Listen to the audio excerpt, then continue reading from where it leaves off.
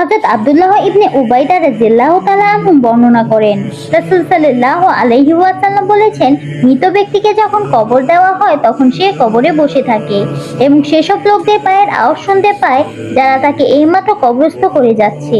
তখন লাশকে কবর বলে, হে আদম সন্তান, তোর ধ্বংস হোক, তুই দুনিয়াতে আমাকে ভয় করতি না।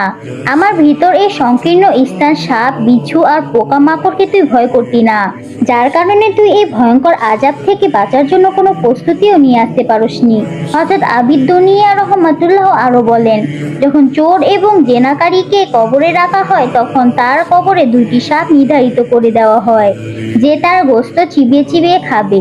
বন্ধুগণ, এই ঘটনা তো আমাদের জন্য অনেক বড় নসিহত। আমরা এই 50-60 বছরের সংক্ষিপ্ত জীবনে আখিরাতের প্রস্তুতি না নিয়ে নিজের ওপর এই চেয়ে বড় জুলুম আর কি হতে পারে। দুনিয়ার সামান্য আরাম আয়েশে ভোগ করার জন্য জান্নাতের মতো নিয়ামত থেকে বঞ্চিত হওয়া।